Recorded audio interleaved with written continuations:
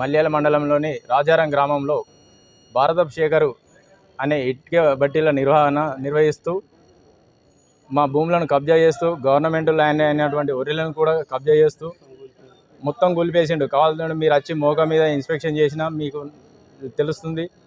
మా గవర్నమెంట్ ల్యాండే కాకుండా పట్టా ల్యాండ్లను సుతా లోపలికి వచ్చి నువ్వు ఎవరికి చెప్పుకో అని బెదిరిస్తుండు. ఇతని నిర్వాహకం ద్వారా ఇటుక బట్టీల ద్వారా మా పంట పొలాలు బాగా నష్టం చేస్తున్నాయి. ఈ ఇటుక బట్టీల ద్వారా ఒర్రెలు రెండినప్పుడు మా పొలాలన్నీ మునిగిపోతున్నాయి. మేము ఈ మైనింగ్ అధికారులకు సుతా కంప్లైంట్ ఇవ్వడం జరిగింది. మరి ప్రజావాణిలో సుతా 2022లో 23లో 24లో ఇచ్చాం. ఈరోజు సుతా ఇవ్వడం జరిగింది. ఎలాంటి చర్యలు తీసుకోవడం లేదు.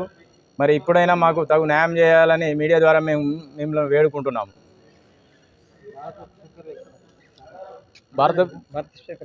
భారతపు శేఖర్ అది జైత్యాల మండల్ గోవిందపల్లె దేవుని గోవిందపల్లె